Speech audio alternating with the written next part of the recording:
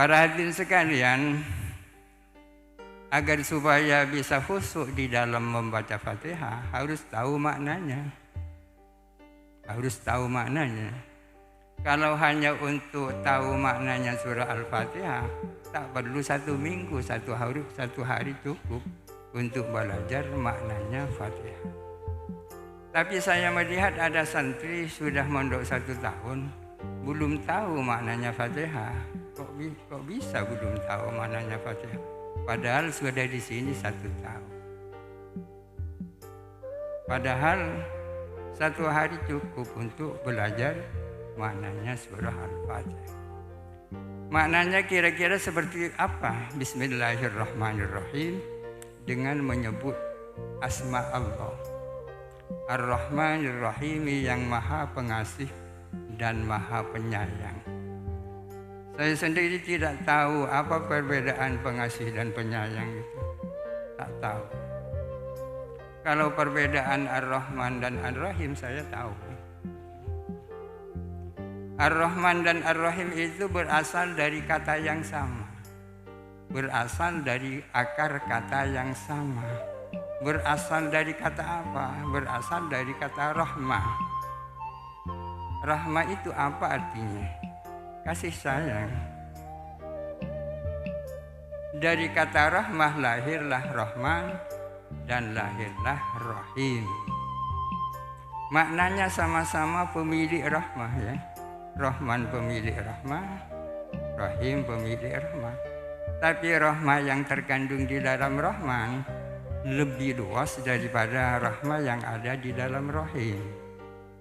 Rahmah yang ada di dalam Rahman adalah rahmah ammah, kasih sayang yang bersifat umum, kasih sayang Allah terhadap seluruh alam semesta, seluruh umat manusia.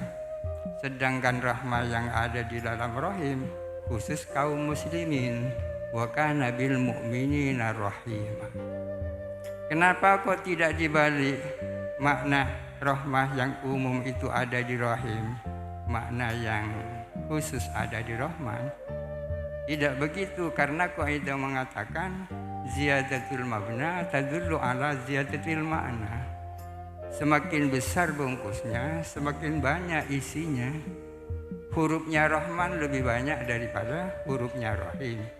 Hurufnya Rahman itu 5, hurufnya Rahim itu 4. Alhamdulillahirabbil alamin, segala puji milik Allah. Apanya yang kok berarti segala puji? Dari mana segalanya itu lahir?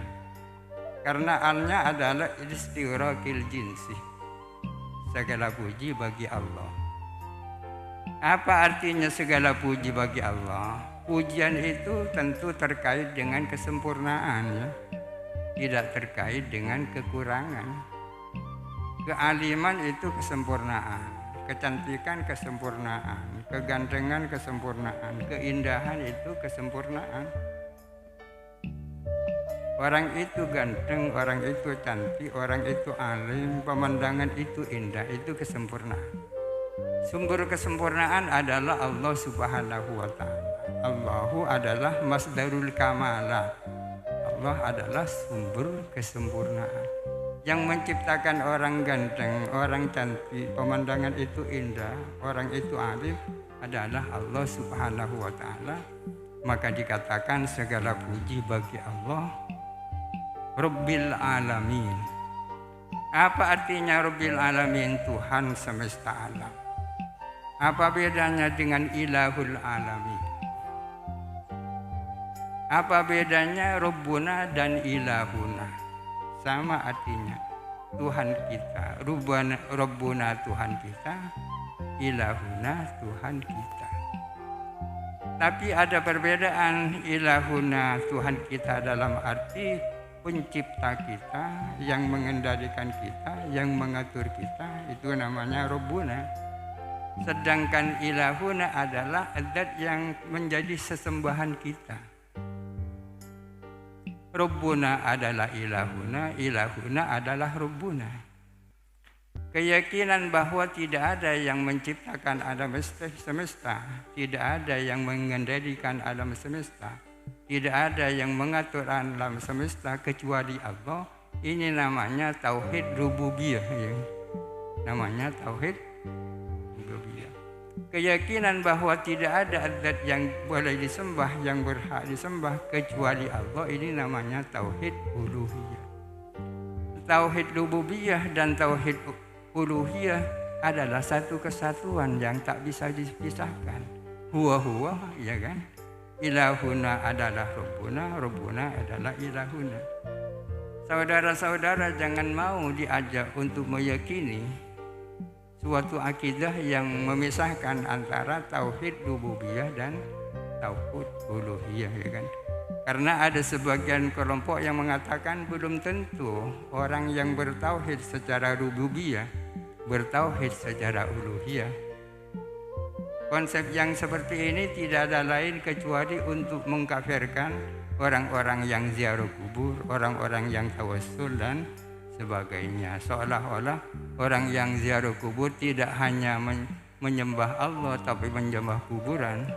Orang yang tawassul dengan salihin seolah-olah tidak hanya menyembah Allah tapi menyembah salihin. Ini salafi wahabi, saudara. Ar-Rahmanir Rahim, Maliki Yaumiddin, ya kan?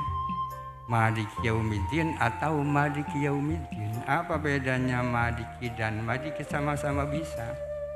Maliki Yaumiddin artinya yang menjadi pemilik hari kiamat. Hari kiamat dan segala apa yang terjadi pada hari kiamat milik Allah, itu Maliki Yaumiddin.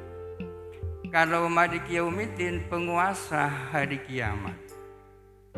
Ada yang mengatakan bahwa Maliku lebih dalam artinya daripada Maliku. Karena setiap penguasa pasti ya jadi pemiliknya. Tapi tidak setiap yang jadi pemiliknya jadi penguasa. Tapi yang jelas kedua-duanya sama-sama bisa atau sama-sama bisa dipakai. Kalau mau dipakai, sebaiknya yang panjang rakaat pertama misalnya, yang pendek rakaat yang kedua. Kenapa? Sebab karena disunnahkan rakaat yang kedua lebih pendek dari rakaat yang pertama. Sekurang-kurangnya lebih pendek satu alif, ya. Sekurang-kurangnya lebih pendek satu alif, ya kan? Para hadirin sekalian, termasuk surah.